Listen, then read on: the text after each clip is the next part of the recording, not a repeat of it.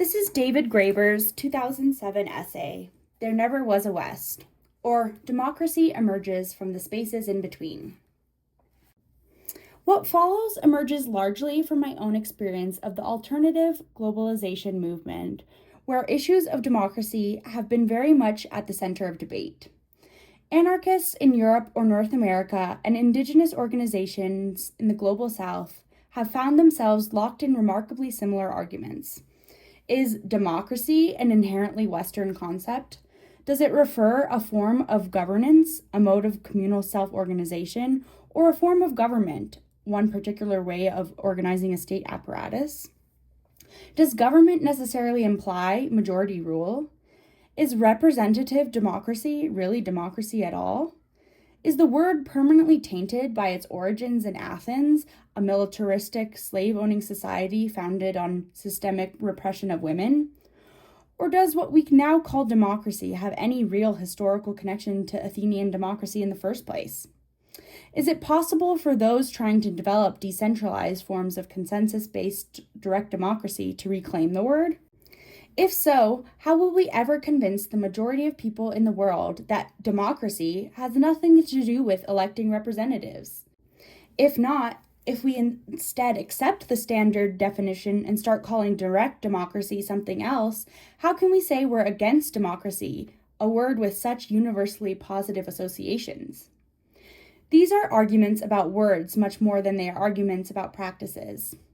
On questions of practice, in fact, there's a surprising degree of convergence, especially within the more radical elements of the movement.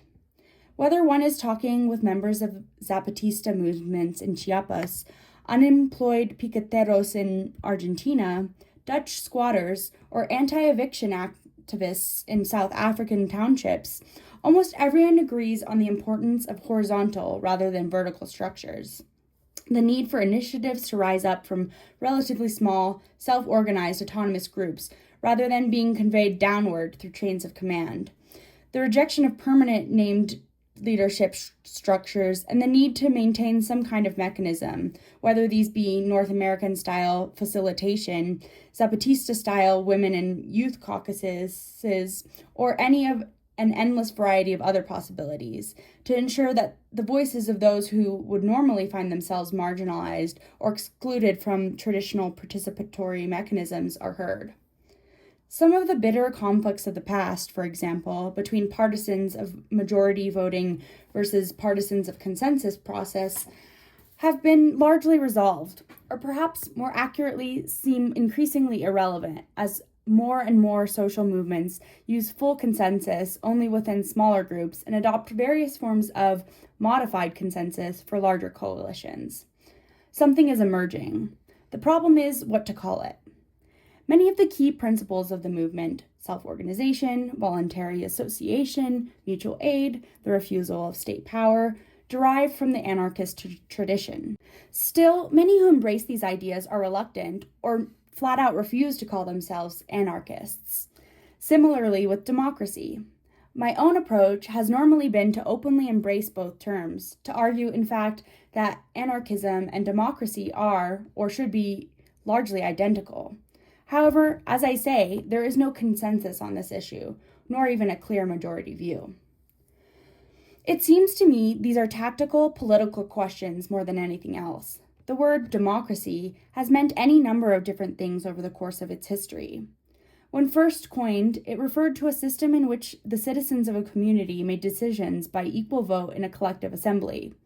For most of its history, it referred to a political disorder, rioting, lynching, and factional violence. In fact, the word had much of the same associations as anarchy does today. Only quite recently has it become identified with a system in which the citizens of a state elect representatives to exercise state power in their name. Clearly, there is no true essence to be discovered here. About the only thing these different referents have in common, perhaps, is that they involve some sense that political questions that are normally the concerns of a narrow elite are here thrown open to everyone, and that this is either a very good or very bad thing. The term has always been so morally loaded that to write a dispassionate, disinterested history of democracy would almost be a contradiction in terms. Most scholars who want to maintain an appearance of disinterest avoid the word. Those who do make generalizations about democracy inevitably have some sort of axe to grind. I certainly do. That is why I feel it is only fair to the reader to make my own axes evident from the start. It seems to me that there's a reason why the word democracy, no matter how consistently it is abused by tyrants and demagogues, still maintains its stubborn popular appeal. For most people, democracy is still identified with some notion of ordinary people collectively managing their own affairs. It already had this connotation in the 19th century, and it was for this reason that 19th century politicians who had earlier shunned the term reluctantly began to adopt the term and refer to themselves as Democrats, and gradually to patch together a history by which they could represent themselves as heirs to a tradition that traced back to ancient Athens. However, I will also assume, for no particular reason, or no particular scholarly reason, since these are not scholarly questions but moral and political ones, that the history of democracy should be treated as more than just the history of the word democracy. If democracy is simply a matter of communities managing their own affairs through an open and relatively egalitarian process of public discussion, there is no reason why egalitarian forms of decision-making in rural communities in Africa or Brazil should not be at least as worthy of the name as the constitutional systems that govern most nation-states today, and in many cases, probably a good deal more worthy. In light of this, I will be making a series of related arguments, and perhaps the best way to proceed would be to just set out them all right away. Number 1. Almost everyone who writes on the subject assumes democracy is a Western concept that begins its history in ancient Athens. They also assume that what 18th and 19th century politicians began reviving in Western Europe and North America was essentially the same thing. Democracy is thus seen as something whose natural habitat is Western Europe and its English or French-speaking settler colonies. Not one of these assumptions is justified. Western civilization is a particularly incoherent concept, but insofar as it refers to anything, it refers to an intellectual tradition.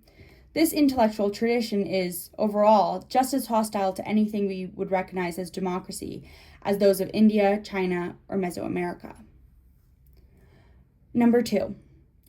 Democratic processes of egalitarian decision-making, however, occur pretty much anywhere and are not peculiar to any one given civilization, culture, or tradition. They tend to crop up wherever human life goes on outside systematic structures of coercion. Number 3. The democratic ideal tends to emerge when, under certain historical circumstances, intellectuals and politicians, usually in some sense navigating their ways between states and popular movements and popular practices, interrogate their own traditions, invariably in dialogue with other ones, citing cases of past or present democratic practices to argue that their tradition has a fundamental kernel of democracy. I call these moments of democratic refoundation. From the perspective of the intellectual tradition, they are also moments of recuperation, in which ideals and institutions that are often the product of incredibly complicated forms of interaction between people of very different histories and traditions come to be represented as emerging from the logic of that intellectual tradition itself. Over the course of the 19th and 20th centuries especially, such moments did not just occur in Europe, but almost everywhere. Number 4. The fact that this ideal is always founded on, at least partly, invented traditions does not mean it is inauthentic or illegitimate, or, at least, more inauthentic or illegitimate than any other. The contradiction, however, is that this ideal was always based on the impossible dream of marrying democratic procedures or practices with the coercive mechanisms of the state.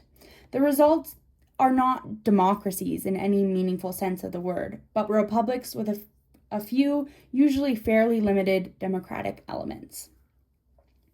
Number 5. What we are experiencing today is not a crisis of democracy, but rather a crisis of the state. In recent years, there has been a massive revival of interest in democratic practices and procedures within global social movements, but this has proceeded almost entirely outside of statist frameworks. The future of democracy lies precisely in this area. Let me take these in roughly the order I've presented them above. I'll start with the curious idea that democracy is somehow a Western concept. Part 1. On the incoherence of the notion of the Western tradition. I'll begin then with a relatively easy target, Samuel P. Huntington's famous essay on the Clash of Civilizations. Huntington is a professor of international relations at Harvard, a classic Cold War intellectual, beloved of right-wing think tanks. In 1993, he published an essay arguing that now that the Cold War was over, global conflicts would come to center on clashes between ancient cultural traditions. The argument was notable for promoting a certain notion of cultural humility. Drawing on the work of Arnold Toynbee, he urged Westerners to understand that theirs is just one civilization among many, that its values should in no way be assumed to be universal. Democracy, in particular, he argued, is a distinctly Western idea, and the West should abandon its efforts to impose it on the rest of the world. Quote, at a superficial level, much of Western culture has indeed permeated the rest of the world. At a more basic level, however, Western concepts differ fundamentally from those prevalent in other civilizations. Western ideas of individualism, liberalism, constitutionalism, human rights, equality, liberty, the rule of law, democracy, free markets, the separation of church and state, often have little resonance in Islamic, Confucian, Japanese, Hindu, Buddhist, or Orthodox cultures. Western efforts to propagate such ideas produce instead a reaction against human rights imperialism and a reaffirmation of indigenous values, as can be seen in the support of religious fundamentalism by the younger generation in non-Western cultures. The very notion that there is a universal civilization is a Western idea, directly at odds with the particularism of most Asian societies and their emphasis on what distinguishes one people from another. End quote.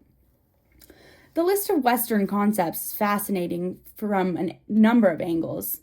If taken literally, for instance, it could mean that the West only really took any kind of recognizable form in the 19th century or even 20th centuries, since in any previous one, the overwhelming majority of Westerners would have rejected just about all of these principles out of hand if, indeed, they would have been able to conceive of them. One can, if one likes, scratch around through the last 200,000 or 300,000 years in different parts of Europe and find plausible forerunners to most of them. Many try. 5th century Athens usually provides a useful resource in this regard, provided one is willing to ignore, or at least skim over, almost everything that happened between then and perhaps 1215 AD or maybe 1776. This is roughly the approach taken by most conventional textbooks. Huntington is a bit subtler. He treats Greece and Rome as a separate, classical civilization, which he splits off into Eastern, Greek, and Western, Latin, Christianity, and later, of course, Islam. When Western civilization begins, it is identical to Latin Christendom. After the upheavals of the Reformation and the Counter-Reformation, however, the civilization loses its religious specificity and transforms into something broader and essentially secular. The results, however, are much the same as in conventional textbooks, since Huntington also insists that the Western tradition was all along far more the heir of the ideas of classical civilization than its Orthodox or Islamic rivals. Now, there are 1,000 ways one could attack Huntington's position. His list of Western concepts seems particularly arbitrary. Any number of concepts were adrift in Western Europe over the years, and many far more widely accepted. Why choose this list rather than some other? What are the criteria? Clearly, Huntington's immediate aim was to show that many ideas widely accepted in Western Europe and North America are likely to be viewed with suspicion in other quarters. But even on this basis, could one not equally well assemble a completely different list? Say, argue that Western culture is premised on science, industrialism, bureaucratic rationality, nationalism, racial theories, and an endless drive for geographic expansion, and then argue that the culmination of Western culture was the Third Reich? Actually, some radical critics of the West would probably make precisely this argument. Yet, even after criticism, Huntington has been stubborn in sticking to more or less the same arbitrary list. It seems to me the only way to understand why Huntington creates the list he does is to examine his use of the terms culture and civilization. In fact, if one reads the text carefully, one finds the phrases Western culture and Western civilization are used pretty much interchangeably. Each civilization has its own culture. Cultures, in turn, appear to consist primarily of ideas, concepts, and values. In the Western case, these ideas appear to have once been tied to a particular sort of Christianity, but now have developed a basically geographic or national distribution, having set down roots in Western Europe and its English and French-speaking settler colonies. The other civilizations listed are, with the exception of Japan, not defined in geographic terms. They are still religions: the Islamic, Confucian, Buddhist, Hindu, and Orthodox Christian civilizations. This is already a bit confusing.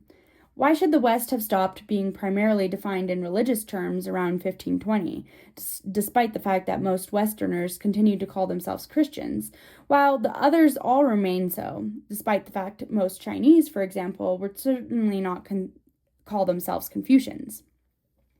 Presumably because, for Huntington to be consistent in this area, he would either have to exclude from the West certain groups he would prefer not to exclude, Catholics or Protestants, Jews, deists, secular philosophers, or else provide some reason why the West can consist of a complex amalgam of faiths and philosophies, while all other civilizations cannot, despite the fact that if one examines the history of geographical units like India or China, as opposed to made-up entities like Hinduism or Confucianism, a complex amalgam of faiths and philosophies is precisely what one finds. It gets worse. In a later clarification called What Makes the West Western, 1996, Huntington actually does claim that pluralism is one of the West's unique qualities. Quote, Western society historically has been highly pluralistic. What is distinctive about the West, as Karl Deutsch noted, quote, is the rise and persistence of diverse autonomous groups not based on blood relationship or marriage, end quote. Beginning in the 6th and 7th centuries, these groups initially included monasteries, monastic orders, and guilds, but afterwards expanded in many areas of Europe to include a variety of other associations and societies, end quote. He goes on to explain this diversity also included class pluralism, strong aristocracies, social pluralism, representative bodies, linguistic diversity, and so on. All this gradually sets the stage, he says, for the unique complexity of Western civil society. Now, it would be easy to point out how ridiculous all of this is. One could, for instance, remind the reader that China and India, in fact, had, for most of their histories, a great deal more religious pluralism than Western Europe, that most Asian societies were marked by a dizzying variety of monastic orders, guilds, colleges, secret societies, sodalities, professional and civic groups, that none ever came up with such distinctly Western ways of enforcing uniformity as the war of extermination against heretics, the Inquisition, or the witch hunt. But the amazing thing is that what Huntington is doing here is trying to turn the very incoherence of his category into its defining feature. First, he describes Asian civilizations in such a way that they cannot, by definition, be plural. Then, if one were to complain that people he lumps together as the West don't seem to have any common features at all, no common language, religion, philosophy, or mode of government, Huntington could simply reply that this pluralism is the West's defining feature. It is the perfect circular argument. In most ways, Huntington's argument is just typical old-fashioned Orientalism. European civilization is represented as inherently dynamic, the East, at least tactically, as stagnant, timeless, and monolithic. What I really want to draw attention to, however, is just how incoherent Huntington's notion of civilization and culture really are. The word civilization, after all, can be used in two very different ways. It can be used to refer to a society in which people live in cities in the way an archaeologist might refer to the Indus Valley, or it can mean refinement, accomplishment, cultural achievement. Culture has much the same double meaning. One can use the term in its anthropological sense as referring to structures of feeling, symbolic codes that members of a given culture absorb in the course of growing up and which inform every aspect of their life, the way people talk, eat, marry, gesture, play music, and so on. To use Bourdieu's terminology, one could call this culture as habitus. Alternatively, one can use the word to refer to what is also called high culture, the best and most profound productions of some artistic, literary, or philosophical elite. Huntington's insistence on defining the West only by its most remarkable, valuable concepts, like freedom and human rights, suggests that, in either case, it's mainly the latter sense he has in mind. After all, if culture were to be defined in the anthropological sense, then clearly the most direct heirs to ancient Greeks would not be modern Englishmen and Frenchmen, but modern Greeks. Whereas in Huntington's system, modern Greeks parted company with the West over 1,500 years ago, the moment when they converted to the wrong form of Christianity. In short, for the notion of civilization in the sense used by Huntington to really make sense, civilizations have to be conceived basically as traditions of people reading one another's books.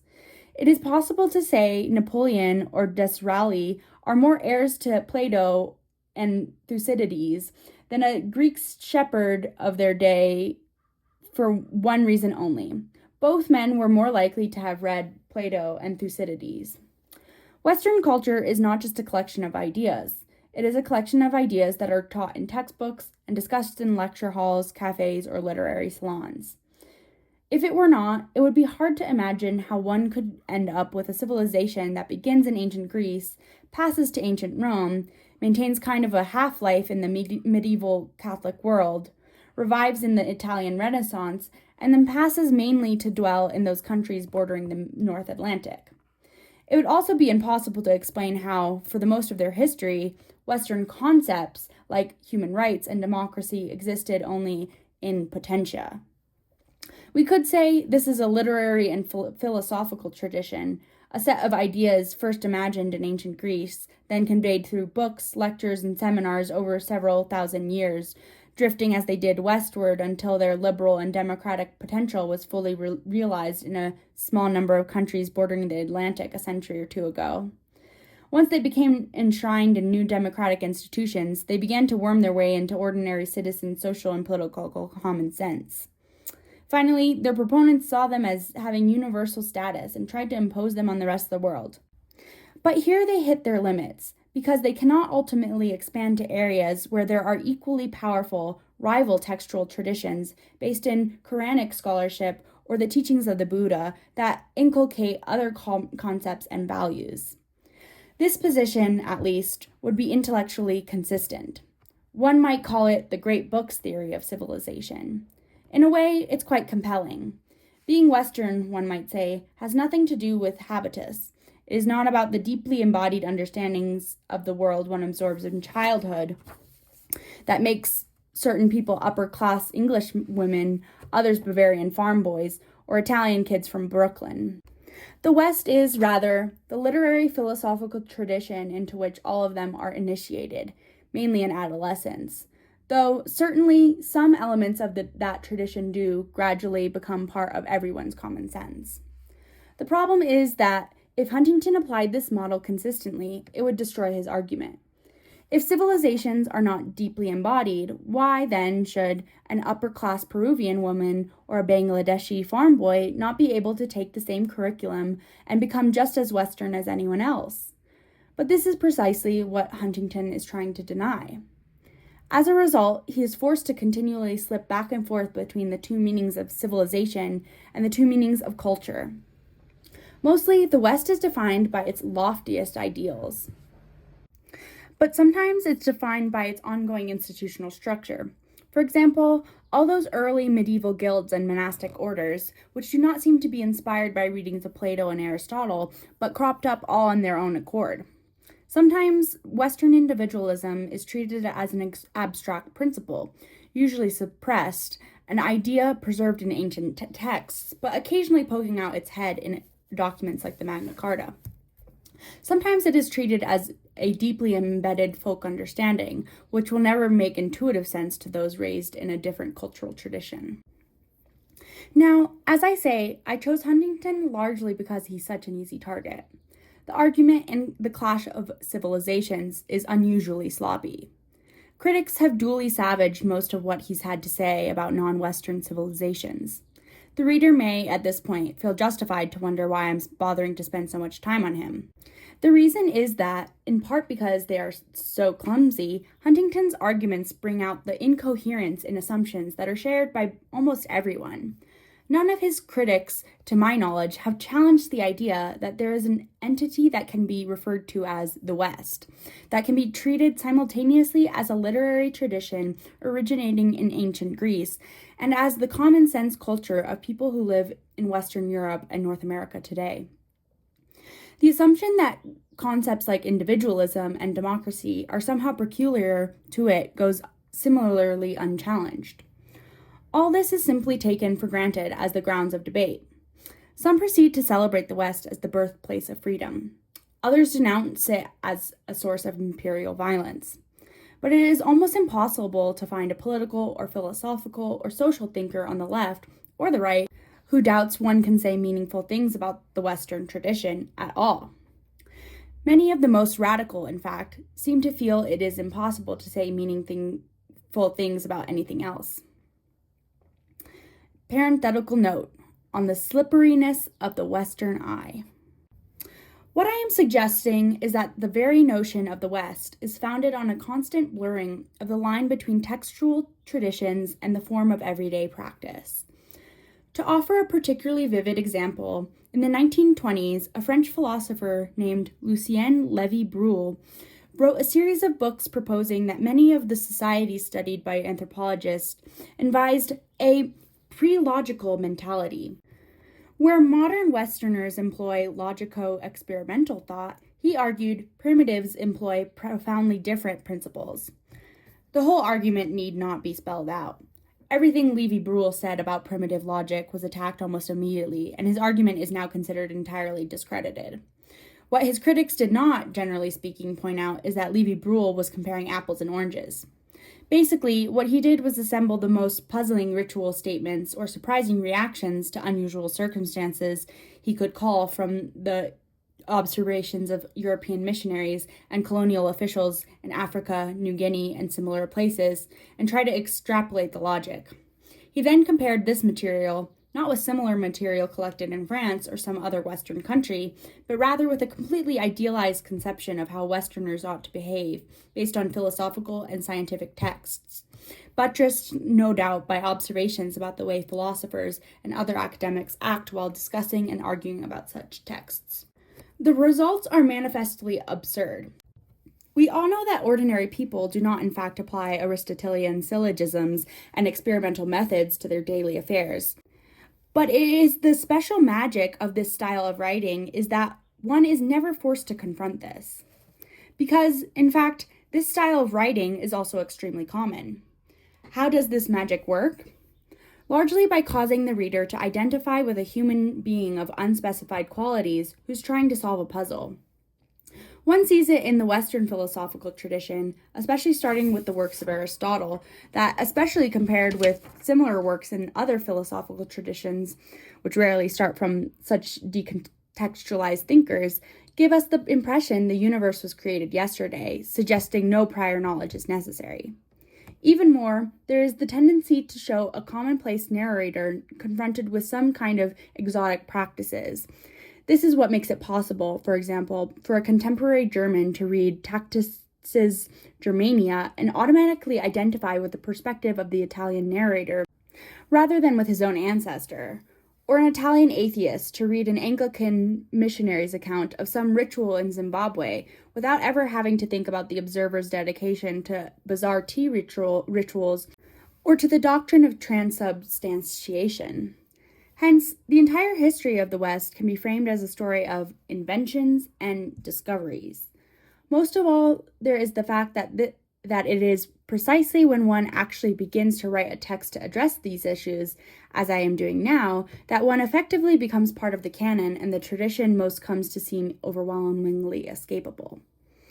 More than anything else, the Western individual in Lévi-Breuil, or for that matter, most contemporary anthropologists, is more than anything else precisely that featureless rational observer, a disembodied I, carefully scrubbed of any individual or social content that we are supposed to pretend to be when writing in certain genres of prose. It has little relation to any human being who has ever existed, grown up, had loves and hatreds and commitments. It's a pure abstraction. Recognizing all of this creates a terrible problem for the anthropologist. If the Western individual doesn't exist, then what precisely is our point of comparison? It seems to me, though, it creates an even worse problem for anyone who wishes to see this figure as the bearer of democracy as well. If democracy is communal self-governance, the Western individual is an actor already purged of any ties to a community. While it is possible to imagine this relatively featureless, rational observer as the protagonist of certain forms of market economies, to make him, and he is, unless otherwise specified, presumed to be male, a democrat, seems possible only if one defines democracy as itself a kind of market that actors enter with little more than a set of economic interests to pursue. This is, of course, the approach promoted by rational choice theory, and in any way, you can say it is already implicit in the predominant approach to democratic decision-making in the literature since Rousseau, which tends to see deliberation merely as the balancing of interests rather than a process through which subjects themselves are constituted or even shaped. It is very difficult to see such an abstraction, divorced from any concrete community, entering into the kind of conversation and compromise required by anything but the most abstract form of democratic process, such as the periodic participation in elections. World systems reconfigured. The reader may feel entitled to ask, if the West is a meaningless category, how can we talk about such matters? It seems to me we need an entirely new set of categories. While this is hardly the place to develop them, I've suggested elsewhere that there are a whole series of terms, starting with the West, but also including terms like modernity, that effectively substitute for thought. If one looks either at concentrations of urbanism or literary philosophical traditions, it becomes hard to avoid the impression that Eurasia was, for most of its history, divided into three main centers: an Eastern system centered on China, a South Asian one centered on what's now India, and a Western civilization that centered on what we now call the Middle East, extending sometimes further, sometimes less, into the Mediterranean. In world system terms, for most of the Middle Ages, Europe and Africa both seem to have almost precisely the same relation with the core states of Mesopotamia and Levant. They were classic economic peripheries, importing manufactures and supplying raw materials like gold and silver, and significantly large numbers of slaves. After the revolt of African slaves in Basra from 1868 to 1883 CE, the Abbasid Caliphate seems to have began importing Europeans instead, as they were considered more docile. Europe and Africa were, for most of this period, cultural peripheries as well. Islam resembles what was later to be called the Western tradition. In so many ways, the intellectual efforts to fuse Judeo-Christian scripture with the categories of Greek philosophy, the literary emphasis on courtly love, the scientific rationalism, the legalism, puritanical monotheism, missionary impulse, the expansionist mercantile capitalism, even the periodic waves of fascination with Eastern mysticism, that only the deepest historical prejudice could have blinded European historians to the conclusion that, in fact, this is Western tradition, that Islamicization was and continues to be a form of Westernization. That those who lived in the barbarian kingdoms of the European Middle Ages only came to resemble what we now call the West when they themselves became more like Islam. If so, what we are used to calling the rise of the West is probably better thought of in world system terms as the emergence of what Michael Rolfe Trudeau has called the North Atlantic System, which gradually replaced the Mediterranean semi-periphery and emerged as a world economy of its own, rivaling and then gradually, slowly, painfully, incorporating the older world economy that had centered on the cosmopolitan societies of the Indian Ocean. This North Atlantic world system was created through almost unimaginable catastrophe, the destruction of entire civilizations, mass enslavement, the death of at least 100 million human beings. It also produced its own form of cosmopolitanism, with endless fusions of African, Native American, and European traditions.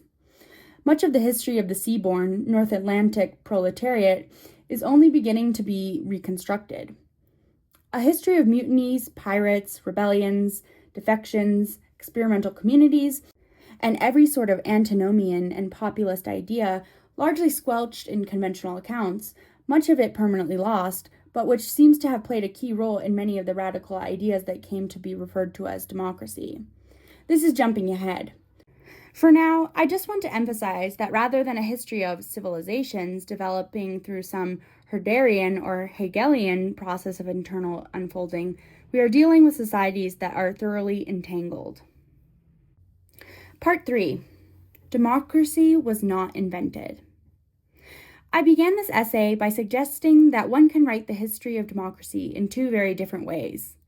Either one can write a history of the word democracy, beginning with ancient Athens, or one can write a history of the sort of egalitarian decision-making procedures that in Athens came to be referred to as democratic. Normally, we tend to assume the two are effectively identical, because common wisdom has it that democracy, much like, say, science or philosophy, was invented in ancient Greece. On the face of it, this seems an odd assertion. Egalitarian communities have existed throughout human history, many of them far more egalitarian than 5th century Athens, and they each had some kind of procedure for coming to decisions in matters of collective importance. Often, this involved assembling everyone for discussions in which all members of the community, at least in theory, had equal say. Yet somehow, it is always assumed that these procedures could not have been, properly speaking, democratic. The main reason this argument seems to make intuitive sense is because in these other assemblies, things rarely actually came to a vote. Almost invariably, they used some form of consensus finding. Now, this is interesting in itself. If we accept the idea that a show of hands, or having everyone who supports a proposition stand on one side of the plaza and everyone against stand on the other, are not really such incredibly sophisticated ideas that some ancient genius had to invent them, then why are they so rarely employed?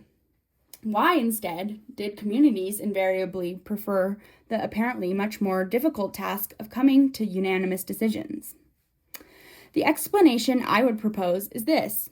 It is much easier in a face-to-face community to figure out what most members of that community want to do than to figure out how to change the minds of those who don't want to do it.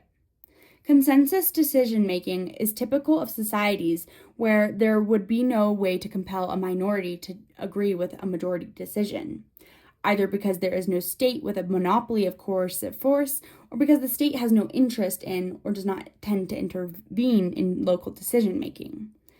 If there is no way to compel those who find a majority decision distasteful to go along with it, then the last thing one would want to do is hold a vote, a public contest which someone will be seen to lose. Voting would be the most likely means to guarantee the sort of humiliations, resentments, and hatreds that ultimately lead the destruction of communities. As any activist who has gone through a facilitation training for a contemporary direct action group can tell you, consensus process is not the same as parliamentary debate, and finding consensus in no way resembles voting. Rather, we are dealing with a process of compromise and synthesis meant to produce decisions that no one finds so violently objectionable that they are not willing to at least assent. That is to say, two levels we are used to distinguishing, decision-making and enforcement, are effectively collapsed here. It is not that everyone has to agree. Most forms of consensus include a variety of graded forms of disagreement. The point is to ensure that no one walks away feeling that their views have been totally ignored, and therefore that even those who think the group came to a bad decision are willing to offer their passive acquiescence. Majority democracy, we might say, can only emerge when two factors coincide. One, a feeling that people should have equal say in making group decisions, and two, a coercive apparatus capable of enforcing those decisions. For most of human history, it has been extremely unusual to have both at the same time. Where egalitarian societies exist, it is also usually considered wrong to impose systematic coercion. Where a machinery of coercion did exist, it did not even occur to those wielding it that they were enforcing any sort of popular will. It is of obvious relevance that ancient Greece was one of the most competitive societies known to history. It was a society that tended to make everything into a public contest, from athletics to philosophy or tragic comedy, or just about anything else. So it might not seem entirely surprising they made political decision-making into a public contest as well. Even more crucial, though, was the fact that decisions were made by a populace in arms. Aristotle, in his Politics, remarks that the constitution of a Greek city-state will normally depend on the chief arm of its military. If this is a cavalry, it will be an aristocracy, since horses are expensive.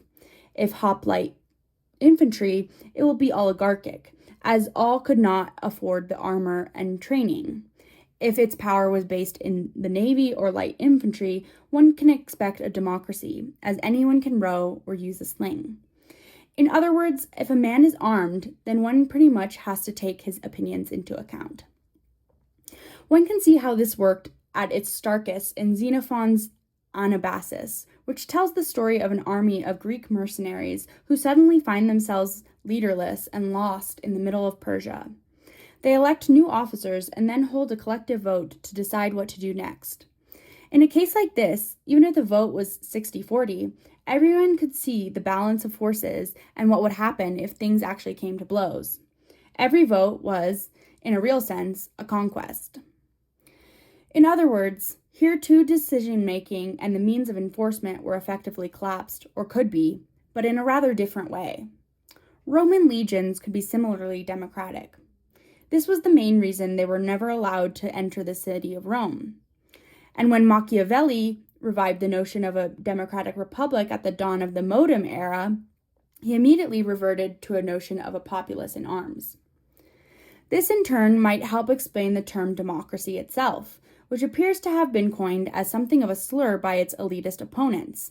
It literally means the force or even violence of the people. Kratos, not Archos. The elitists who coined the term always considered democracy not too far from rioting or mob rule, though, of course, their solution was the permanent conquest of the people by someone else. Ironically, when they did manage to suppress democracy for this reason, which was usually, the results was that the only way the general populace's will was known was precisely through rioting, a practice that became quite institutionalized in, say, Imperial Rome or 18th century England. One question that bears historical investigation is the degree to which such phenomena were in fact encouraged by the state. Here, I'm not referring to literal rioting, of course, but to what I would call the ugly mirrors, institutions promoted or supported by elites that reinforced the sense that popular decision-making could only be violent, chaotic, and arbitrary mob rule. I suspect that these are quite common to authoritarian regimes. Consider, for example, that while the defining public event in democratic Athens was agora, the defining public event in authoritarian Rome was the circus, assemblies in which the plebs gathered to witness races, gladiatorial contests, and mass executions. Such games were sponsored either directly by the state or more often by particular members of the elite. The fascinating thing about gladiatorial contests in particular is that they did involve a kind of popular decision-making. Lives would be taken or spared by popular acclaim.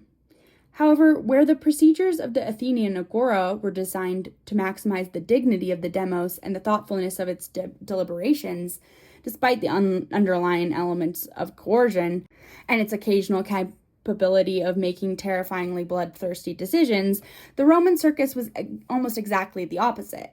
It had more the air of regular state-sponsored lynchings. Almost every quality normally ascribed to the mob by later writers hostile to democracy, the capriciousness, overt cruelty, factionalism, supporters of riot chariot teams would regularly do battle in the streets, hero worship, mad passions, all were not only tolerated, but actually encouraged in the Roman amphitheater. It was as if an authoritarian elite was trying to provide the public with a constant nightmare image of the chaos that would ensue if they were to take power into their own hands. My emphasis on the military origins of direct democracy is not meant to imply that popular assemblies in, say, medieval cities or New England town meetings were not normally orderly and dignified procedures, though one suspects this was in part due to the fact that here, too, in actual practice, there was a certain baseline of consensus seeking going on. Still, they seem to have done little to disabuse members of political elites of the idea that popular rule would more resemble the circuses and riots of imperial Rome and Byzantium. The author of the Federalist Papers, like almost all other literate men of their day, took it for granted that what they called democracy, by which they meant direct democracy, pure democracy, as they sometimes put it, was in its nature the most unstable, tumultuous form of government, not to mention one which endangers the rights of minorities, the specific minority they had in mind in this case being the rich. It was only once the term democracy could be almost completely transformed to incorporate the principle of representation, a term which itself has a very curious history since, as Cornelius Castoriadis liked to point out, it originally referred to representatives of the people before the king, internal ambassadors, in fact, rather than those who wielded power in any sense themselves, that it was rehabilitated in the eyes of well-born political theorists and took on the meaning it has today. In the next section, let me pass, however briefly, to how this came about. Part 3. On the emergence of the democratic ideal. The remarkable thing is just how long it took. For the first 300 years of the North Atlantic system, democracy continued to mean the mob. This was true even in the age of revolutions. In almost every case, the founders of what are now considered the first democratic constitutions in England, France, and the United States rejected any suggestion that they were trying to introduce democracy. As Francis Dupuis-Derry has observed, quote, "The founders of the modern electoral systems in the United States and France were overtly anti-democratic. This anti-democratism can be explained in part by their vast knowledge of the literary, philosophical, and historical text of Greco-Roman antiquity. Regarding political history, it was common for American and French political figures to see themselves as direct heirs to classical civilization, and to believe that all through history, from Athens and Rome to Boston and Paris, the same political forces have faced off in eternal struggles.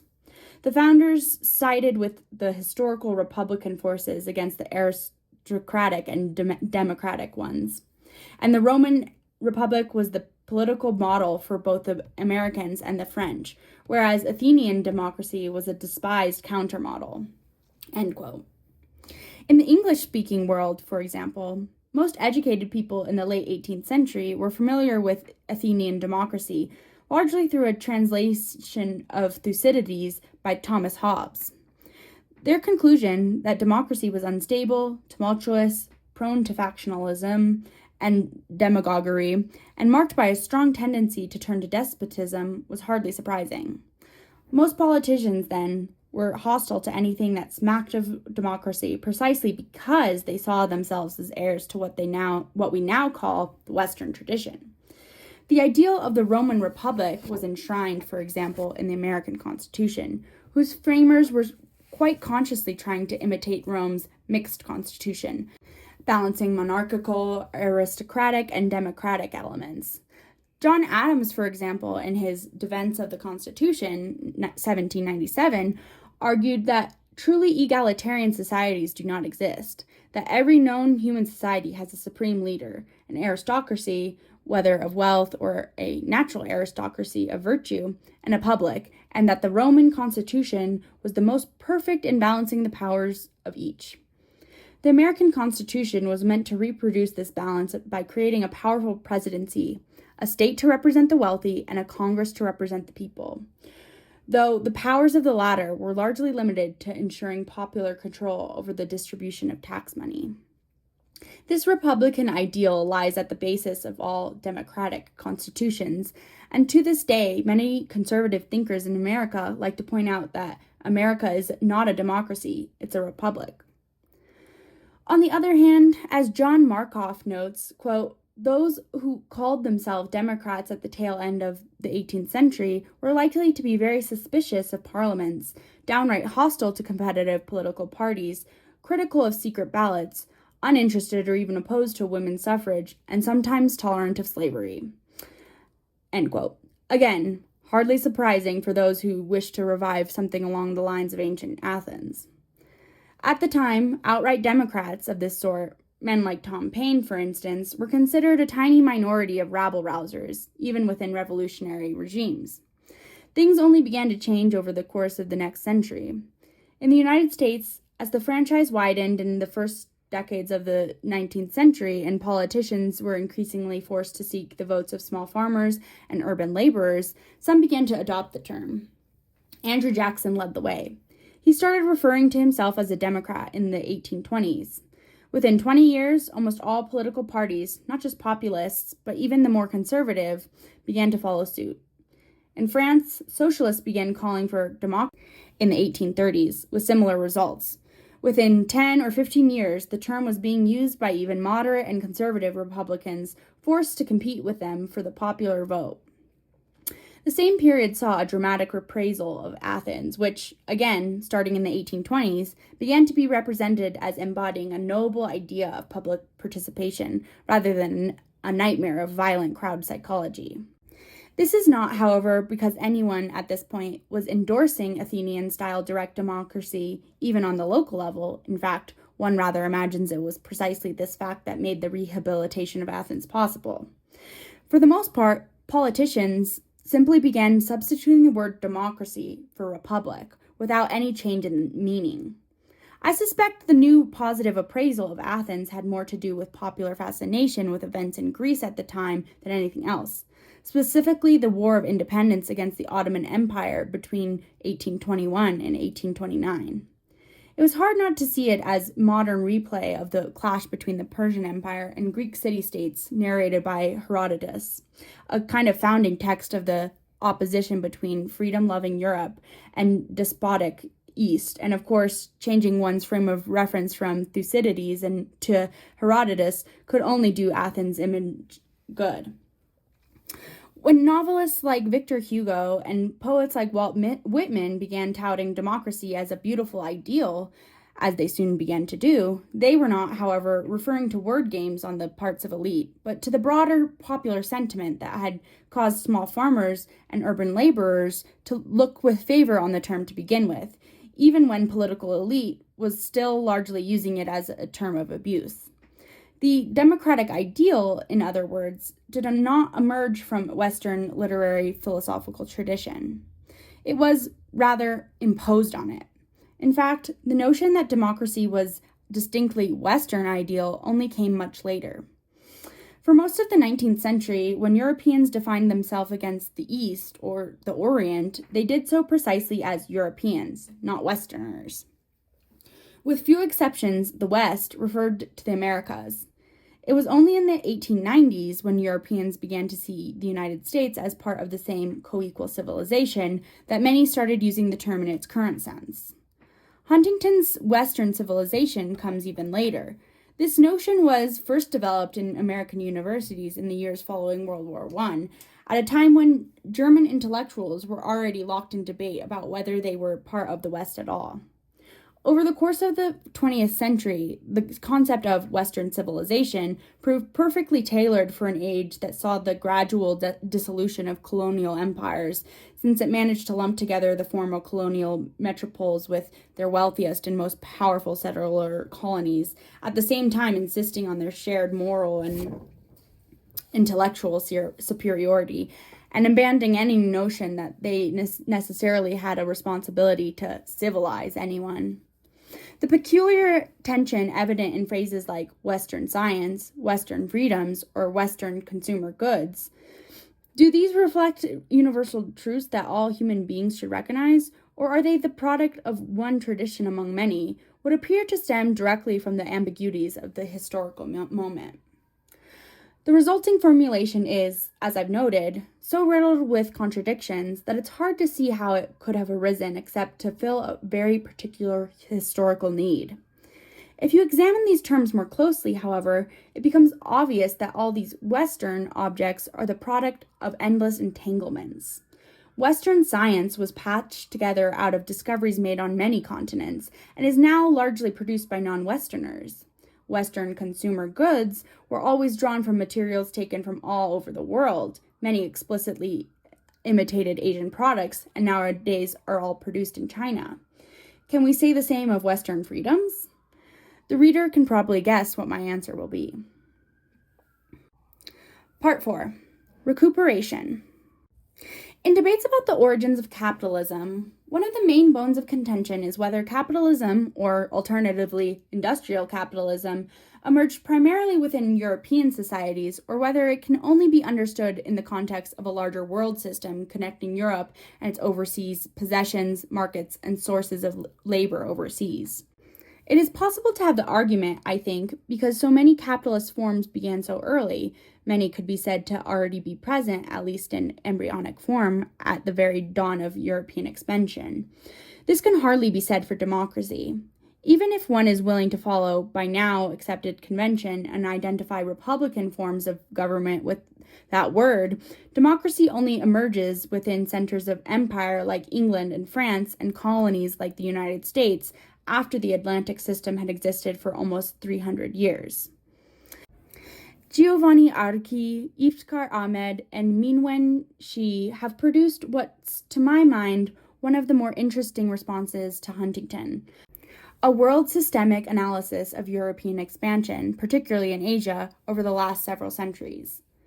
One of the most fascinating elements in their account is how, at exactly the same time as European powers came to start thinking themselves as democratic in the 1830s, 1840s, and 1850s, those same powers began pushing an intentional policy of supporting reactionary elites against those pushing for anything remotely resembling democratic reforms overseas. Great Britain was particularly flagrant in this regard. Whether in its support for the Ottoman Empire against the rebellion of the Egyptian governor Muhammad Ali after the Balta-Limani Treaty of 1838, or in its support for the Qing imperial forces against the Taiping rebellion after the Nanjing Treaty of 1842.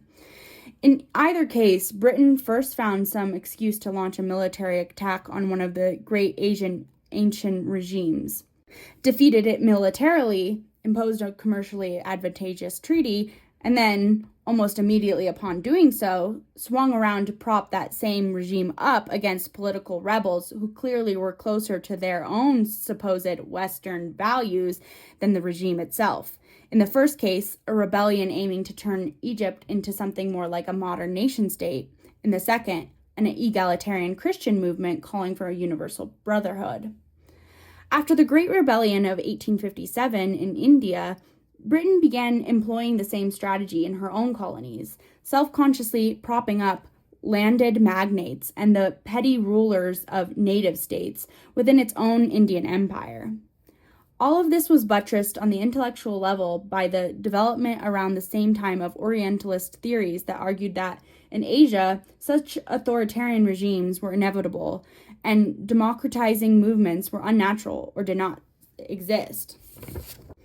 Quote, in sum, Huntington claims that Western civilization is the bearer of a heritage of liberalism, constitutionalism, human rights, equality, liberty, the rule of law, democracy, free markets, and other similarly attractive ideals, all of which are said to have permeated other civilizations only superficially, rings false to anyone familiar with the Western record in Asia and the so-called Age of Nation-States.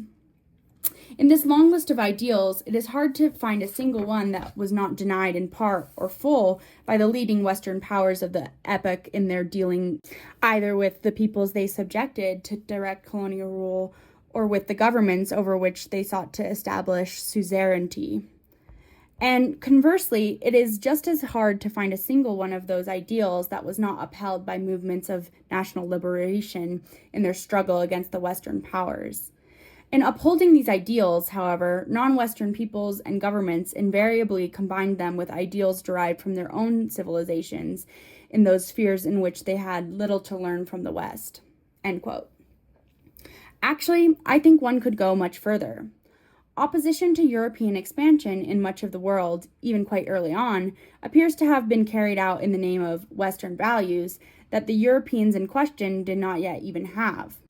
Enseng Ho, for example, draws our attention to the first known articulation of the notion of jihad against Europeans in the Indian Ocean, a book called Gift of the Jihad Warriors in Matters Regarding the Portuguese, written in 1574 by an Arab jurist named Zain al-Din al-Malibari and addressed to the Muslim Sultan of the Deccan state of Bijapur.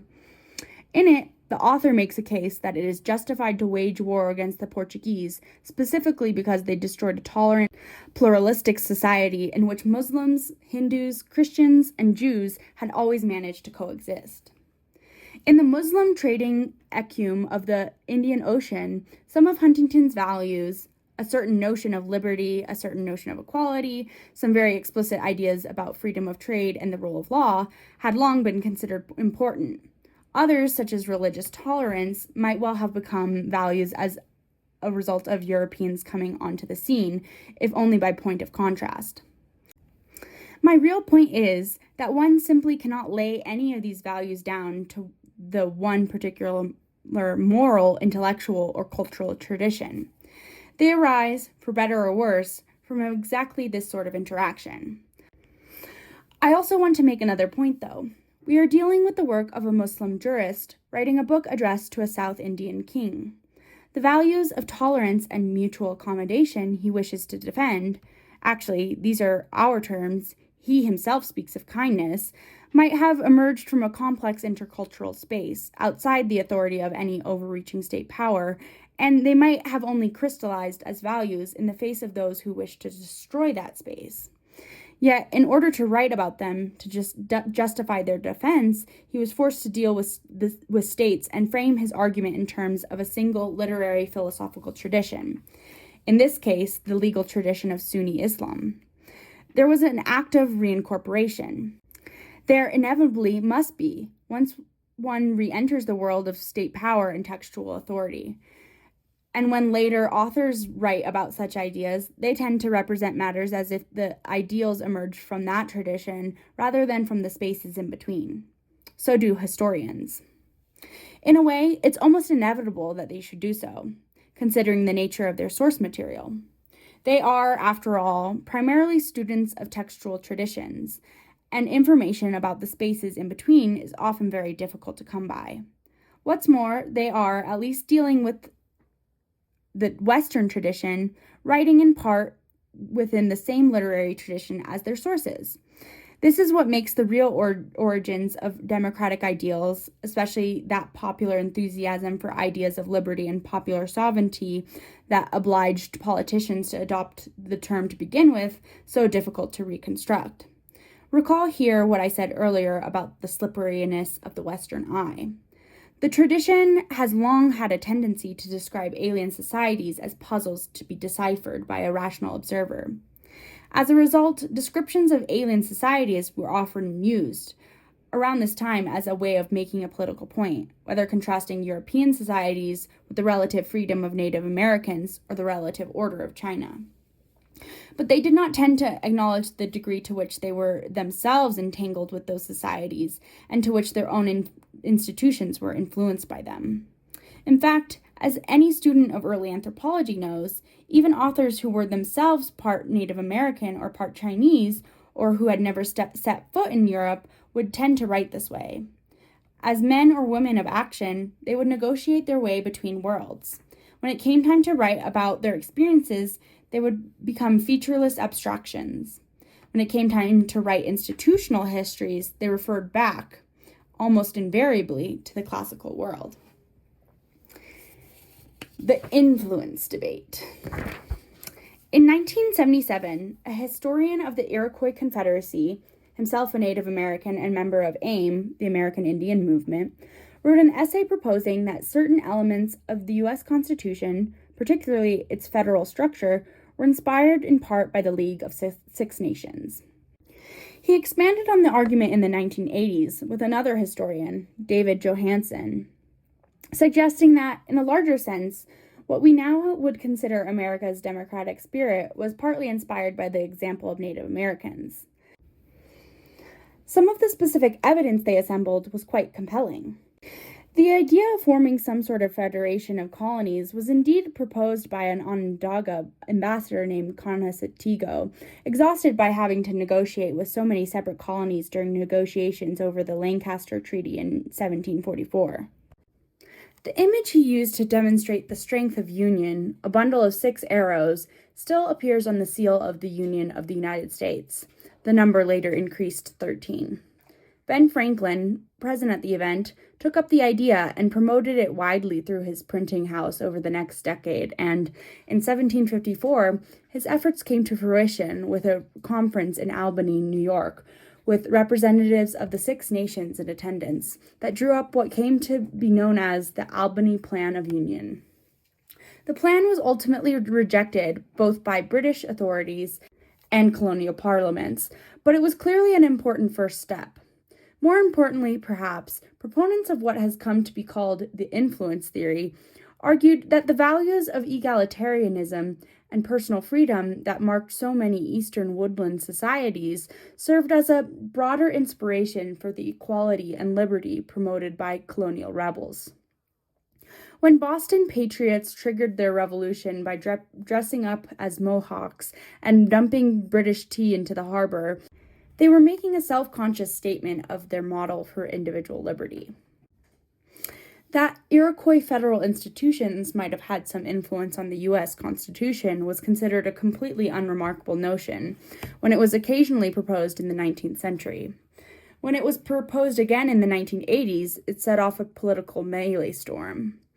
Many Native Americans strongly endorsed the idea. Congress passed a bill acknowledging it, and all sorts of right-wing commentators immediately pounced on it as an example of the worst sort of political correctness. At the same time, though, the argument met immediate and quite virulent opposition, both from most professional historians considered authorities on the Constitution and from anthropological experts on the Iroquois. The actual debate ended up turning almost entirely on whether one could prove a direct relation between Iroquois institutions and the thinking of the framers of the Constitution. Payne, for example, noted that some New England colonists were discussing federal schemes before they were even aware of the League's existence.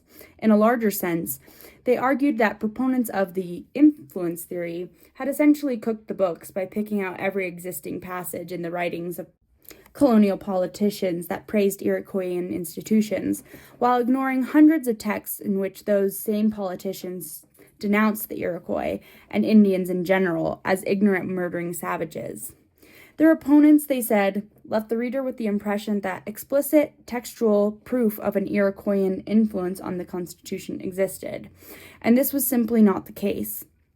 Even the Indians present at constitutional conventions appeared to have been there to state grievances, not to offer advice.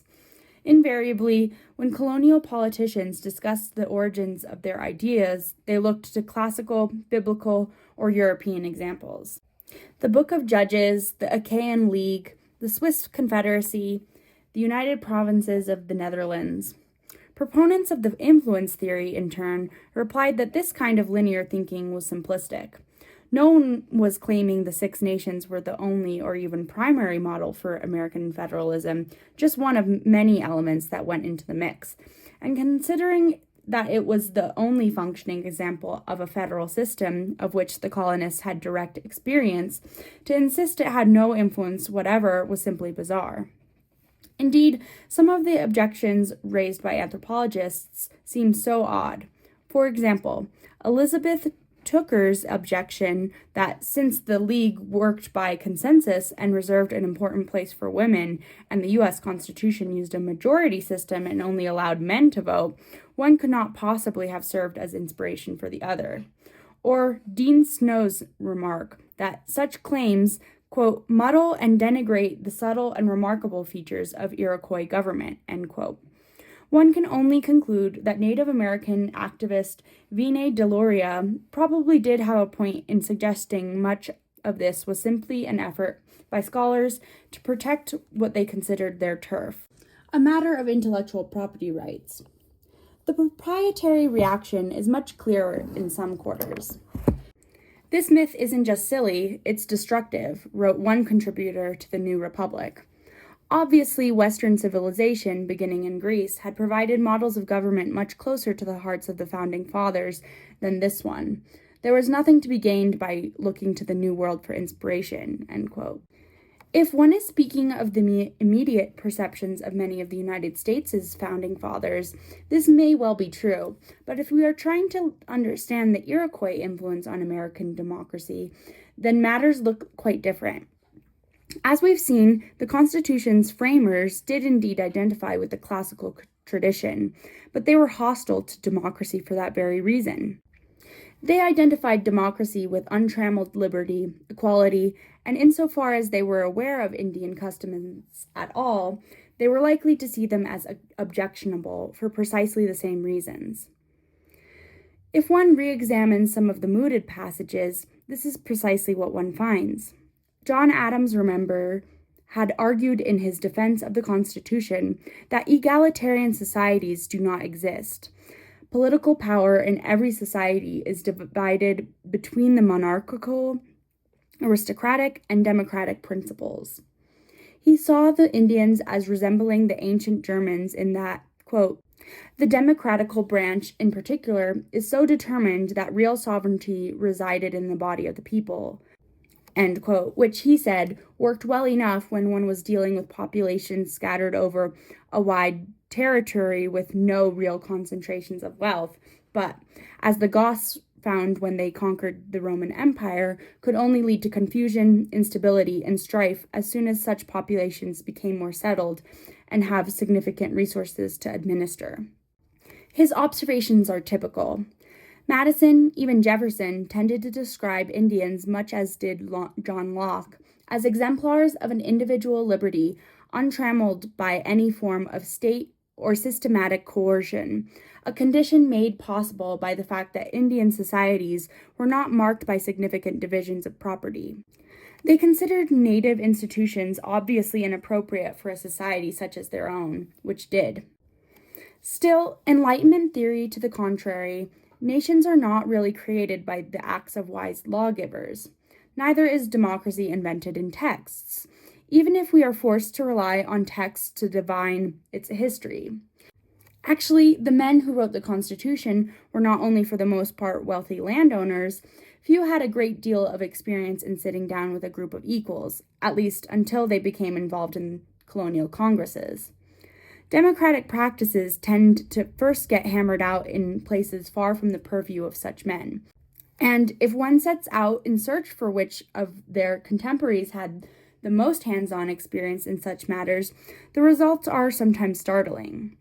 One of the leading contemporary historians of European democracy, John Markoff, in an essay called Where and When Was Democracy Invented, remarks at one point very much in passing, quote, that leadership could derive from the consent of the led, rather than be bestowed by higher authority, would have been a likely experience of the crews of pirate vessels in the early modern Atlantic world.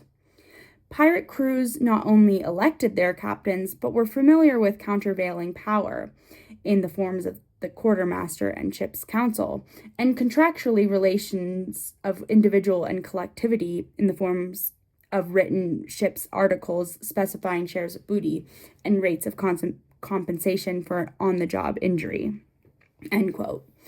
As a matter of fact, the typical organization of 18th century pirate ships, as reconstructed by historians like Marcus Rediker, appears to have been remarkably democratic.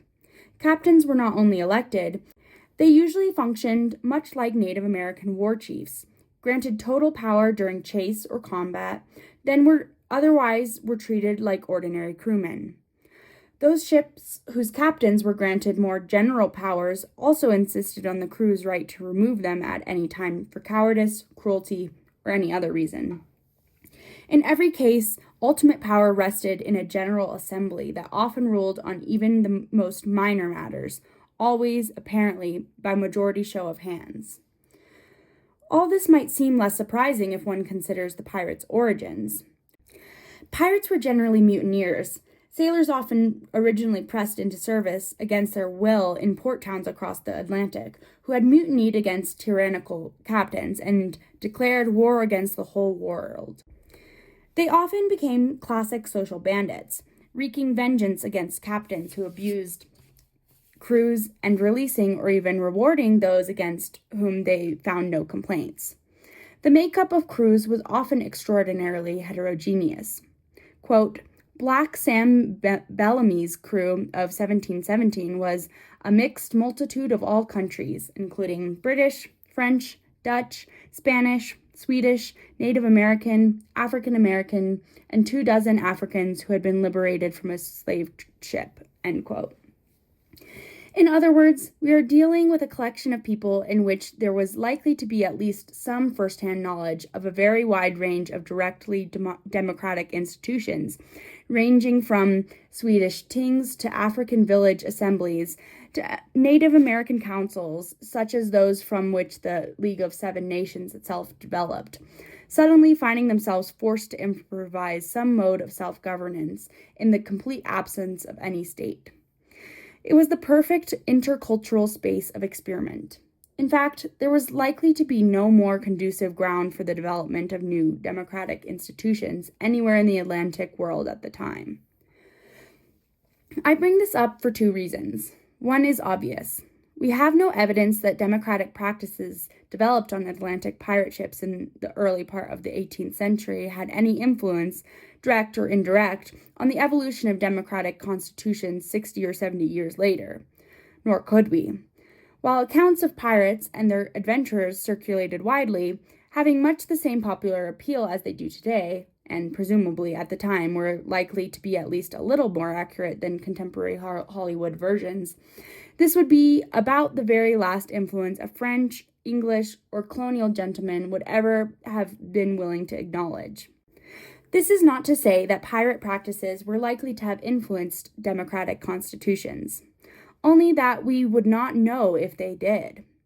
One can hardly imagine things would be too different with those they ordinarily referred to as the American savages. The other reason is that frontier societies in the Americas were probably more similar to pirate ships than we would be given to imagine. They might not have been as densely populated as pirate ships or in as immediate need of constant cooperation, but they were spaces of intercultural improvisation, largely outside of the purview of states. Colin Calloway has documented just how entangled the societies of settlers and natives often were, with settlers adopting Indian crops, clothes, medicines, customs, and styles of warfare, trading with them, often living side by side, sometimes intermarrying, and most of all, inspiring endless fear among the leaders of colonial communities and military units that their subordinates were absorbing Indian attitudes of equality and individual liberty. At the same time, as New England Puritan minister Cotton Mather, for example, was inveighing against pirates as blaspheming scourge of mankind, he was also complaining that fellow colonists had begun to imitate Indian customs of child rearing, for example, by abandoning corporal punishment, and increasingly forgetting the principles of proper discipline and severity in the governance of families for the foolish indulgence typical of Indians, whether in relations between masters and servants, men and women, or young and old. This was true most of all in communities, often made up of escaped slaves and servants who became Indians. outside the control of colonial governments entirely, or island enclaves of what Linebaugh and Rideker have called the Atlantic proletariat, the motley collection of freedmen, sailors, ships' whores, renegades, antinomians, and rebels that developed in the port cities of the North Atlantic world before the emergence of modern racism, and from whom much of the democratic impulse of the American and other revolutions seemed to have first emerged. But it was true for ordinary settlers as well. The irony is that this was the real argument of Bruce Johansson's book, Forgotten Founders, 1982, which first kicked off the influence debate, an argument that largely ended up getting lost in all the sound and fury about the Constitution, that ordinary Englishmen and Frenchmen settled in the colonies only began to think of themselves as Americans, as a new sort of freedom-loving people, when they began to see themselves as more like Indians, and that this sense was inspired not primarily by the sort of romanticization at a distance one might encounter in texts by Jefferson or Adam Smith, but rather by the actual experience of living in frontier societies that were essentially, as Calloway puts it, amalgams. The colonists who came to America, in fact, found themselves in a unique situation. Having largely fled the hierarchy and conformism of Europe, they found themselves confronted with an indigenous population far more dedicated to principles of equality and individualism that they had hitherto been able to imagine, and then proceeded to largely exterminate them, even while adopting many of their customs, habits, and attitudes. I might add that during this period, the Five Nations were something of an amalgam as well. Originally a collection of groups that made a kind of contractual agreement with one another to create a way of mediating disputes and making peace, they became, during this period of expansion in the 17th century, an extraordinary jumble of peoples, with large proportions of the population war captives adopted into Iroquois families to replace family members who were dead. Missionaries in those days often complained that it was difficult to preach to Seneca in their own languages because a majority were not completely fluent in it. Even during the 18th century, for instance, while Conasatigo was an Onondaga sachem, the other main negotiator with colonists, Swatain, called Shwikgalami, was actually French, or at least born to French parents in what's now Canada. On all sides, then, borders were blurred. We are dealing with a graded succession of spaces of democratic improvisation, from the Puritan communities of New England with their town councils, to frontier communities, to the Iroquois themselves. Traditions as acts of endless refoundation. Let me try to pull some of the pieces together now. Throughout this essay, I've been arguing that democratic practice, whether defined as procedures of egalitarian decision-making or government by public discussion, tends to emerge from situations in which communities of one sort or another manage their own affairs outside the purview of the state. The absence of state power means the absence of any systematic mechanism of coercion to enforce decisions. This tends to result either in some form of consensus process or, in the case of essentially military formations like Greek hoplites or pirate ships, sometimes a system of majority voting, since in such cases the results, if it did not come down to a contest of force, are readily apparent. Democratic innovation and the emergence of what might be called democratic values has a tendency to spring from what I've called zones of cultural improvisation, usually also outside of the control of states, in which diverse sorts of people with different traditions and experiences are obliged to figure out some way to deal with one another. Frontier communities, whether in Madagascar or medieval Iceland, pirate ships, Indian Ocean trading communities, Native American confederations on the edge of European expansion, are all examples here. All of this has very little to do with the great literary philosophical traditions that tend to be seen as the pillars of great civilizations. Indeed, with few exceptions, those traditions are overall explicitly hostile to democratic procedures and the sort of people that employ them. Governing elites, in turn, have tended either to ignore these forms or to try to stomp them out. At a certain point in time, however, first in the core states of the Atlantic system, notably England and France, the two that had the largest colonies in North America, this began to change. The creation of that system had been heralded by such unprecedented destruction that it allowed endless new improvisational spaces for the emerging Atlantic proletariat. States under pressure from social movements began to institute reforms. Eventually, those working in elite literary tradition started seeking precedents for them. The result was creation of representative systems modeled on the Roman Republic that then were later redubbed, under popular pressure, democracies, and traced to Athens. Actually, I would suggest that this process of democratic recuperation and refoundation was typical of a broader process that probably marks any civilizational tradition, but was at the time entering a phase of critical intensity. As European states expanded and the Atlantic system came to encompass the world, all sorts of global influences appear to have coalesced in European capitals and to have been reabsorbed within the tradition that eventually came to be known as Western. The actual genealogy of the elements that came together in the modern state, for example, is probably impossible to reconstruct, if only because the very process of recuperation tends to scrub away the more exotic elements in written accounts, or, if not, integrate them into familiar topi of invention and discovery. Historians, who tend to rely almost exclusively on texts and pride themselves on exacting standards of evidence, therefore, often end up, as they did with the Iroquois influence theory, feeling it is their professional responsibility to act as if new ideas do emerge from within textual traditions. Let me throw out two examples. African fetishism and the idea of the social contract. The Atlantic system, of course, began to take form in West Africa even before Columbus sailed to America.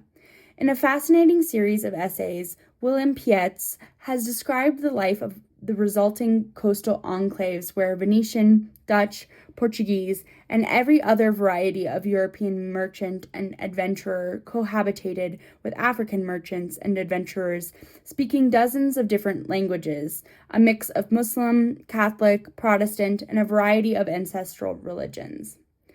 Trade within these enclaves was regulated by objects the Europeans came to refer to as fetishes, and Pietz does much to elaborate the European merchants' theories of value and materiality to which this notion ultimately gave rise. More interesting, perhaps, is the African perspective. Insofar as it can be reconstructed, it appears strikingly similar to the kind of social contract theories developed by men like Thomas Hobbes in Europe at the same time. Essentially, fetishes were created by a series of contracting parties who wished to enter into ongoing economic relations with one another, and were accompanied by agreements on property rights and the rules of exchange. Those violating them were to be destroyed by the object's power. In other words, just as in Hobbes, social relations are created when a group of men agreed to create a sovereign power to threaten them with violence if they failed to respect their property rights and contractual obligations. Later, African texts even praised the fetish as preventing a war of all against all. Unfortunately, it is completely impossible to find evidence that Hobbes was aware of any of this. He lived most of his life in a port town and very likely had met traders familiar with such customs. But his political works contain no references to the African continent whatever. China and the European nation-state.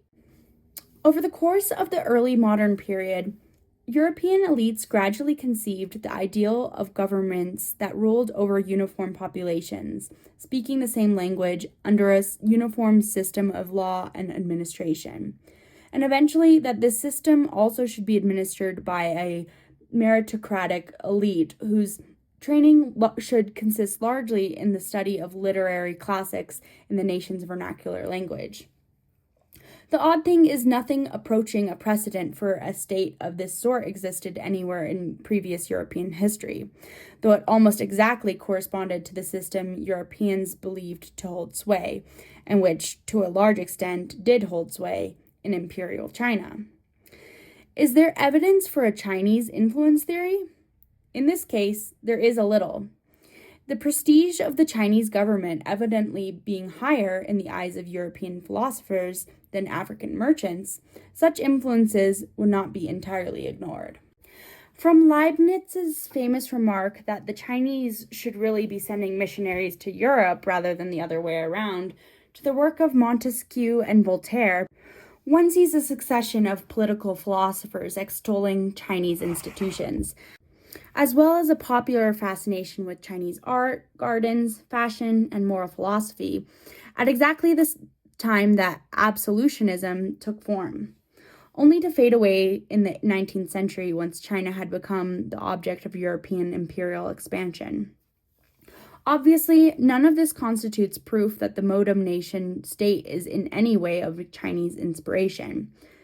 But considering the nature of the literary traditions we're dealing with, even if it were true, this would be about as much proof as we could ever expect to get. So, is the modem nation state really a Chinese model of administration, adopted to channel and control democratic impulses derived largely from the influence of Native American societies and the pressures of the Atlantic proletariat that ultimately came to be justified by a social contract theory derived from Africa? Probably not. At least, this would no doubt be wildly overstating things. But neither do I think it a coincidence either that democratic ideals of statecraft first emerged during a period in which the Atlantic powers were at the center of vast global empires and an endless confluence of knowledge and influences, or that they eventually developed the theory that those ideals sprang instead exclusively from their Western civilization, despite the fact that during the period in which Europeans had not been at the center of global empires, they had developed nothing of the kind. Finally, I think it's important to emphasize that this process of recuperation is by no means limited to Europe. In fact, one of the striking things is how quickly almost everyone else in the world began playing the same game. To some degree, as the example of al-Malabari suggests, it was probably happening in other parts of the world even before it began happening in Europe. Of course, overseas movements only started using the word democracy much later, but even in the Atlantic world, that term only came into common usage around the middle of the 19th century. It was also around the middle of the 19th century, just as European powers began recuperating notions of democracy for their own tradition, when Britain led the way in a very self-conscious policy of suppressing anything that looked like it might even have the potential to become a democratic popular movement overseas. The ultimate response in much of the colonial world was to begin playing the exact same game. Opponents to colonial rule scoured their own literary philosophical traditions for parallels to ancient Athens, along with examining traditional communal decision-making forms in their hinterlands. As Steve Muhlenberger and Phil Payne, for example, have documented, if one simply defines it as decision-making by public discussion, democracy is a fairly common phenomenon. Examples can be found even under states and empires, if only usually in those places or domains of human activity in which the rulers of states and empires took little interest. Greek historians writing about India, for example, witnessed any number of polities they considered worthy of the name. Between 1911 and 1918, a number of Indian historians, K.P. Jaiswal, D.R. Bhandakar, R.C. Majumdar, began examining some of these sources, not only Greek accounts of Alexander's campaigns, but also early Buddhist documents in Pali and early Hindu vocabularies and works of political theory. They discovered dozens of local equivalents to 5th century Athens on South Asian soil, cities and political confederations in which all men formally classified as warriors, which in some cases meant a very large proportion of adult males, were expected to make important decisions collectively through public deliberation in communal assemblies. The literary sources of the time were mostly just as hostile to popular rule as Greek ones, but at least until around 400 AD, such polities definitely existed, and the deliberative mechanism they employed continued to be employed in everything from the governance of Buddhist monasteries to craft guilds until the present day. It was possible then to say that the Indian or even Hindu tradition was always inherently democratic, and this became a strong argument for those seeking independence. These early historians clearly overstated their case. After independence came the inevitable backlash. Historians began to point out that these clan republics were very limited democracies at best, that the overwhelming majority of the population, women, slaves, those defined as outsiders, were completely disenfranchised. Of course, all this was true of Athens as well, and historians have pointed that out at length. But it seems to me questions of authenticity are at best secondary importance. Such traditions are always largely fabrications. To some degree, that's what traditions are, the continual process of their own fabrication. The point is that in every case, what we have are political elites, or would-be political elites, identifying with a tradition of democracy in order to validate essentially republican forms of government. Also, not only was democracy not the special invention of the West, neither was this process of recuperation and refoundation. True, elites in India started playing the game some 60 years later than those in England and France, but historically, this is not a particularly long period of time. Rather than seeing Indian or Malagasy or Sawana or Maya claims to being part of an inherently democratic tradition as an attempt to ape the West, it seems to me we are looking at different aspects of the same planetary process, a crystallization of long-standing democratic practices in the formation of a global system, in which ideas were flying back and forth in all directions, and the gradual, usually grudging adoption of some by ruling elites. The temptation to trace democracy to some particular cultural origins, though, seems almost irresistible. Even serious scholars continue to indulge in it. Let me return to Harvard to provide one final, to my mind particularly ironic example, a collection of essays called The Breakout, The Origins of Civilization, put together by leading American symbolic archaeologists. The line of argument sets out from a suggestion by archaeologist Casey Chang that early Chinese civilization was based on a fundamentally different sort of ideology than Egypt or Mesopotamia. It was essentially a continuation of the cosmos of earlier hunting societies, in which the monarch replaced the shaman as having an exclusive and personal connection with divine powers. The result was absolute authority. Chang was fascinated by the similarities between early China and the classic Maya, as reconstructed through recently translated inscriptions. The, quote, stratified universe with bird-perched cosmic tree and religious personal interlinking the upper, middle, and underworlds, end quote. Animal messengers, use of writing mainly for politics and ritual, veneration of ancestors, and so on. The states that emerged in the third millennium in the Middle East, in contrast, represented a kind of breakthrough to an alternate, more pluralistic model that began when gods and their priesthoods came to be seen as independent from the state.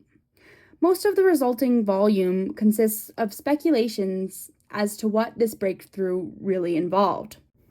C.C. Lamberg-Karlowski argued that the key was the first appearance of notions of freedom and equality in ancient Mesopotamia, in royal doctrines which saw a social contract between the rulers of individual city-states and their subjects, which he calls a breakout, and which most contributors agreed should be seen as pointing the way towards Western democracy. In fact, the main topic of debate soon became who, or what, deserved the credit.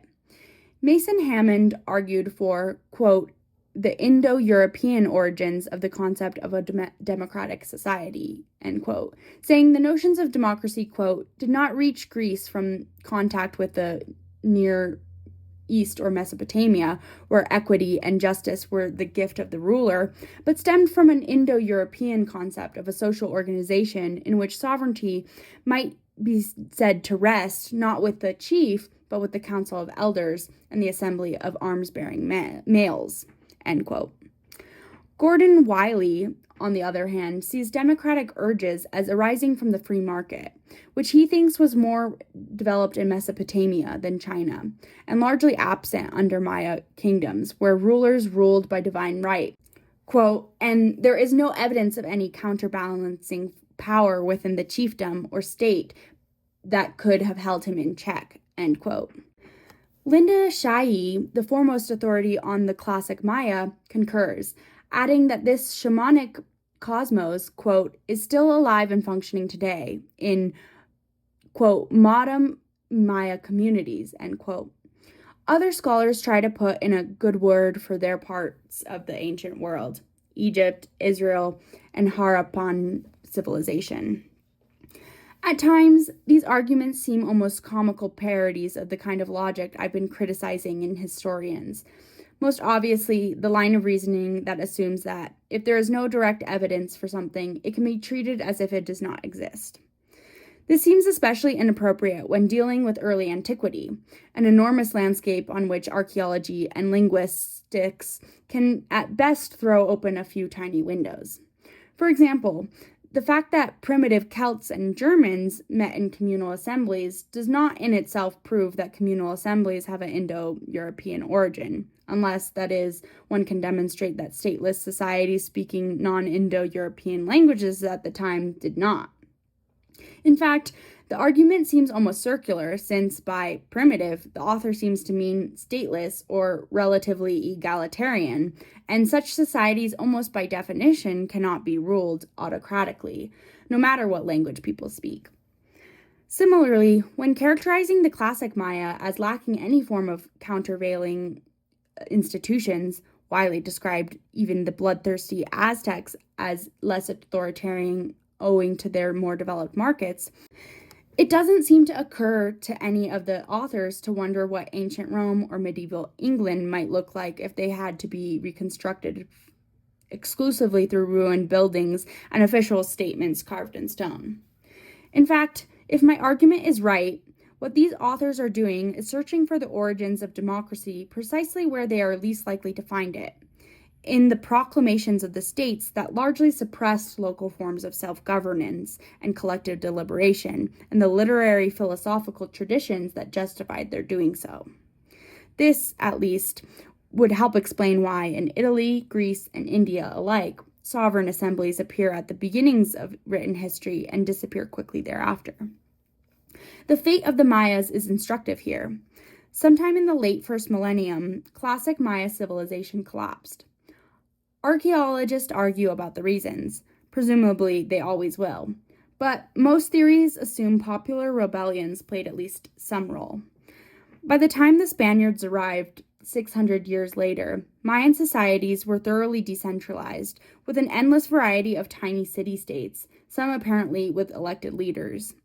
Conquest took much longer than it did in Peru and Mexico, and Maya communities have proved so consistently rebellious that, over the last 500 years, there has been virtually no point during which at least some have not been in a state of armed insurrection.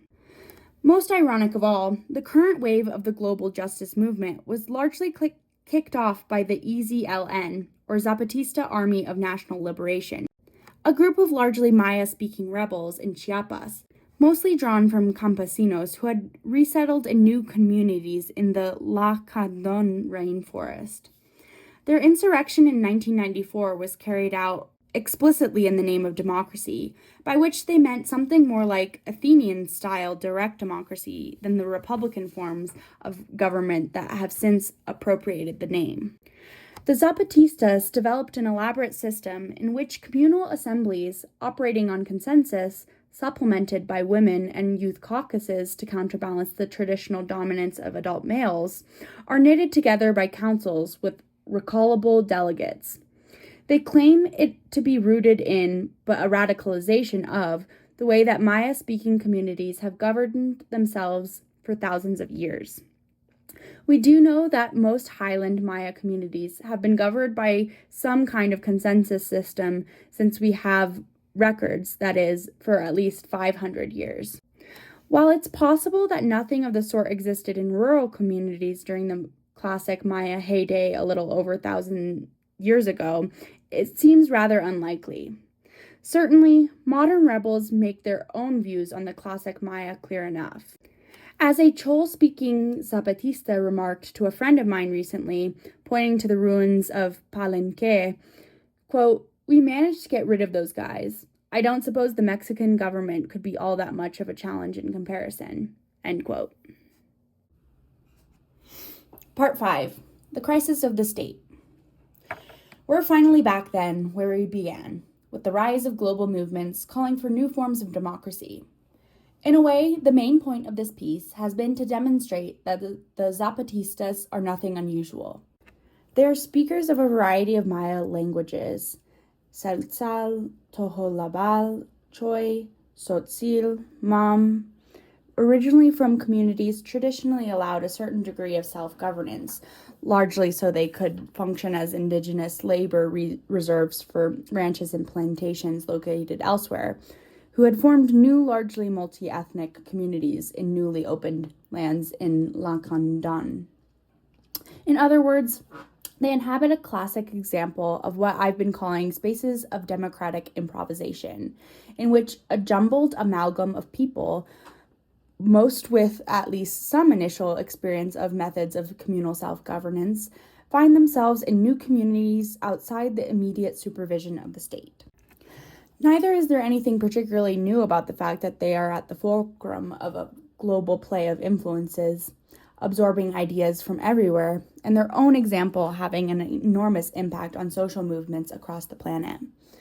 The first Zapatista Encuentro in 1996, for example, eventually led to the formation of an international network, People's Global Action, or PGA, based on principles of autonomy, horizontality, and direct democracy that included such disparate groups as the Movimiento dos Trabajadores Rurales Sem Terra in Brazil, the Karnataka State Farmers Association, KRSS, a Gandhian Socialist Direct Action Group in India, the Canadian Postal Workers Union, and a whole host of anarchist collectives in Europe and the Americas, along with indigenous organizations on every continent.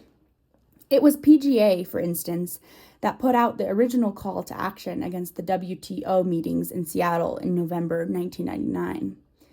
Even more, the principles of Zapatismo, the rejection of vanguardism, the emphasis on creating viable alternatives in one's own community as a way of subverting the logic of global capital, has had an enormous influence on participants in social movements that, in some cases, are at best vaguely aware of the Zapatistas themselves and have certainly never heard of PGA.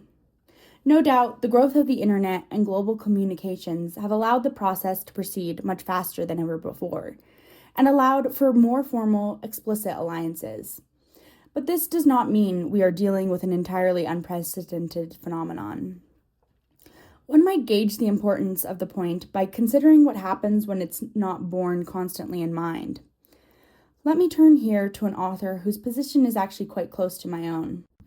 In a book called Cosmopolitanism, 2002, literary theorist Walter Mignolo provides a beautiful summary of just how much Kant's cosmopolitanism, or the UN Discourse on Human Rights, was developed within a context of conquest and imperialism, then invokes Zapatista calls for democracy to counter an argument by Slavoj Zizek that leftists need to temper their critiques of Eurocentrism in order to embrace democracy as, quote, the true European legacy from ancient Greece onward, end quote. Mignolo writes, quote, the Zapatistas have used the word democracy, although it has a different meaning for them than it has for the Mexican government. Democracy for the Zapatistas is not conceptualized in terms of European political philosophy, but in terms of Maya social organization based on reciprocity, communal instead of individual values, the value of wisdom rather than epistemology, and so forth. The Zapatistas have no choice but to use the word that political hegemony imposed, though using the word does not mean bending its monologic interpretation. Once democracy is singled out by the Zapatistas, it becomes a connector through which liberal concepts of democracy and indigenous concepts of reciprocity and community social organization for the common good must come to terms. End quote. This is a nice idea. Mignolo calls it, quote, border thinking, end quote. He proposes it as a model for how to come up with a healthy, quote, critical cosmopolitanism, end quote, as opposed to the Eurocentric variety represented by Kant or Zizek.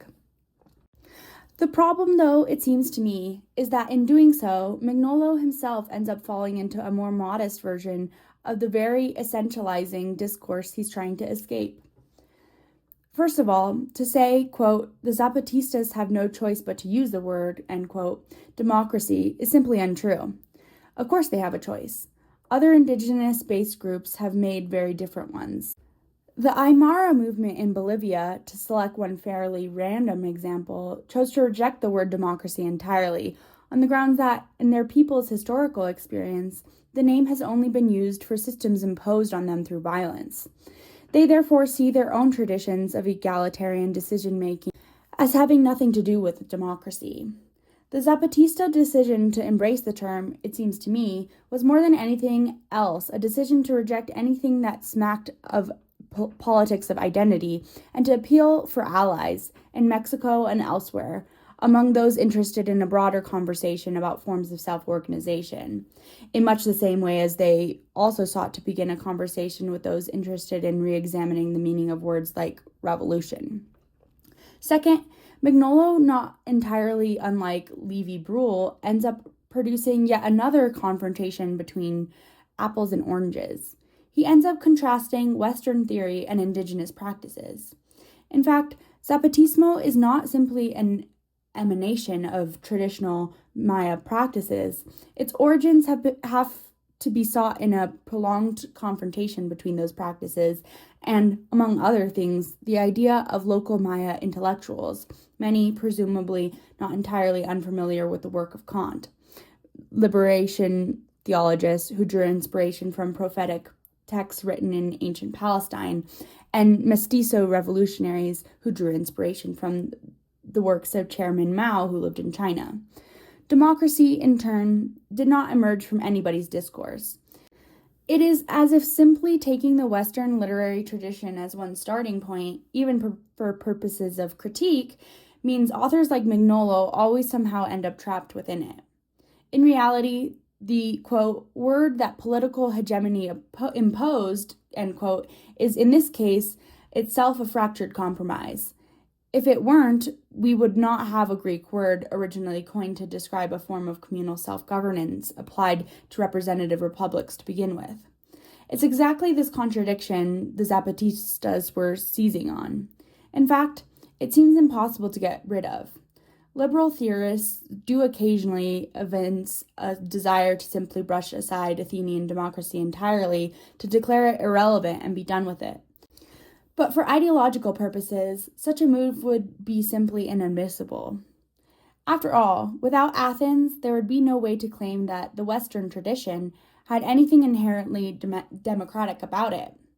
We would be left tracing back our political ideals to the totalitarian musings of Plato, or if not, perhaps, to admit there's really no such thing as the West. In effect, liberal theorists have boxed themselves into a corner.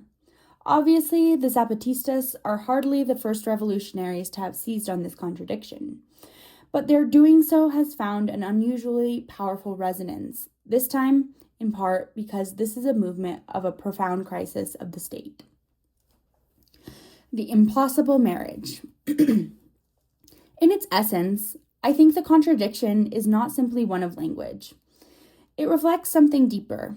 For the last 200 years, Democrats have been trying to graft ideals of popular self-governance onto the coercive apparatus of the state.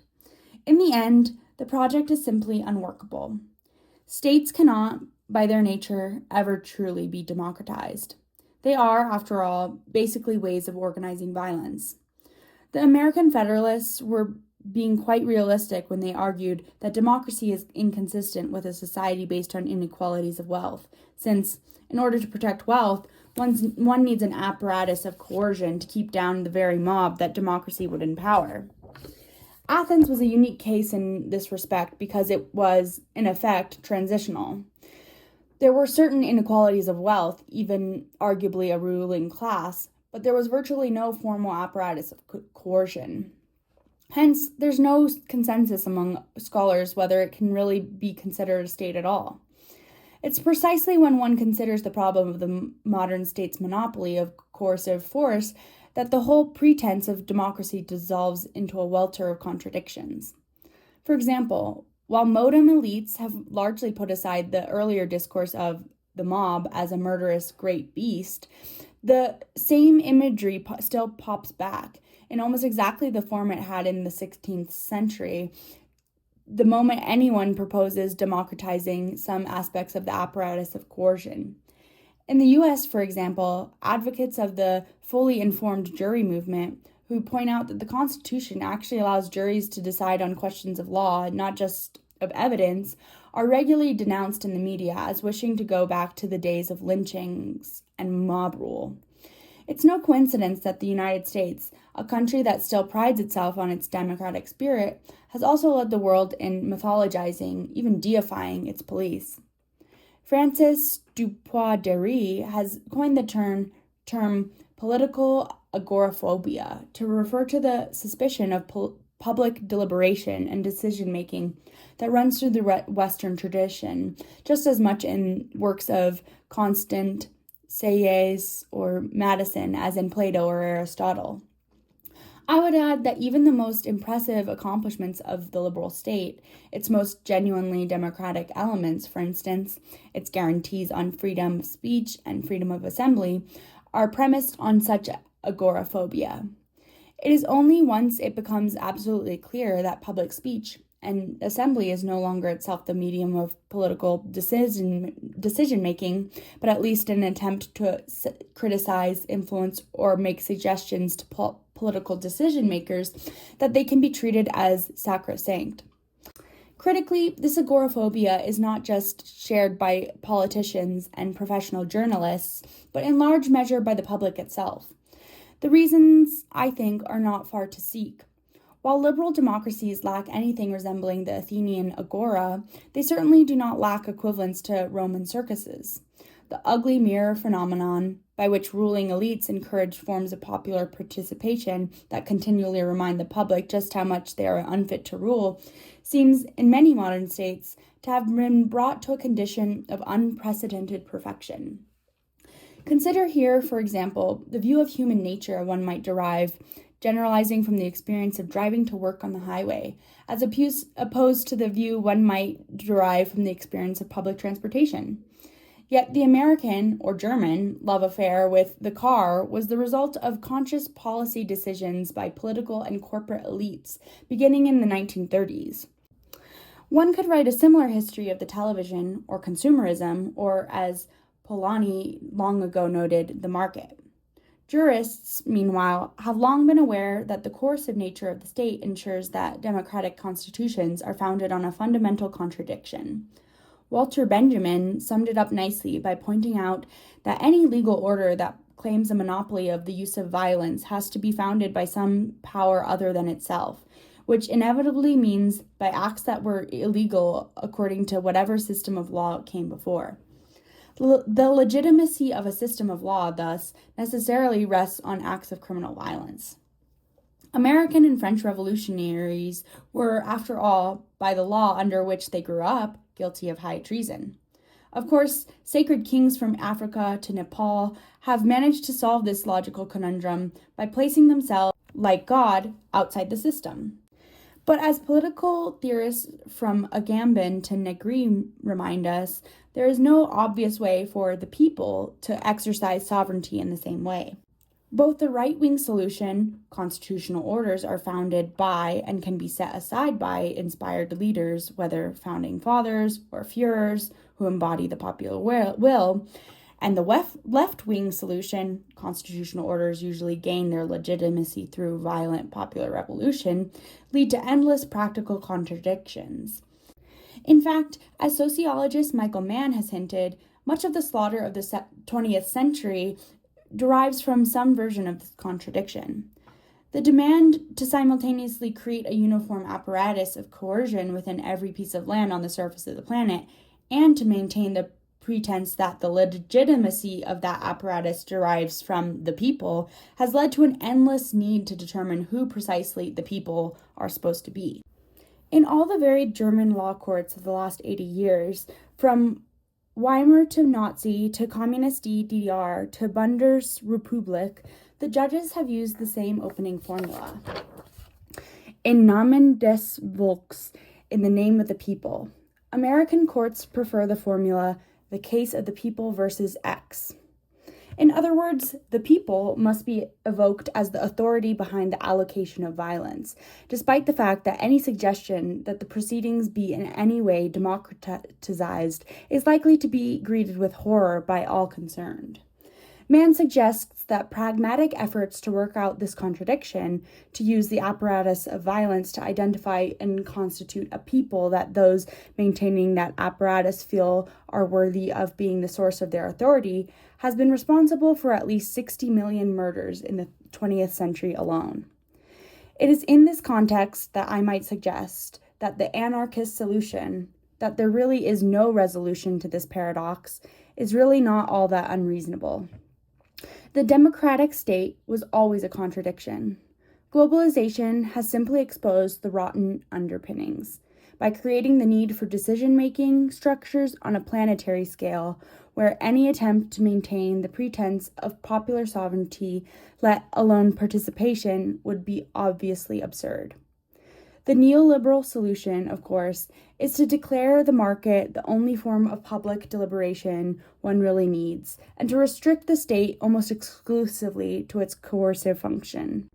In this context, the Zapatista response to abandon the notion that revolution is a matter of seizing control over the coercive apparatus of the state, and instead proposing to refound democracy in the self-organization of autonomous communities, makes perfect sense.